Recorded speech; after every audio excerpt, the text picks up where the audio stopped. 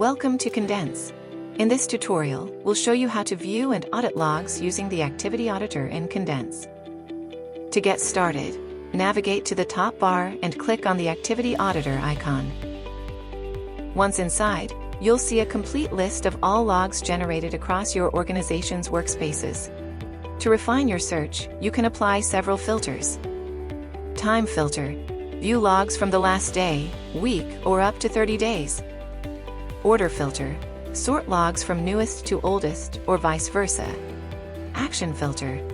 Select specific actions you want to monitor. Workspace filter. On the left-hand side, choose one or more workspaces to focus on their logs. User filter. Select a specific user to audit logs related to their activity. With these filters, you can quickly find and review important activity logs with ease. Please note, by default, all the filters will be selected for your convenience. That's it. Now you know how to effectively track and audit logs using the Activity Auditor in Condense.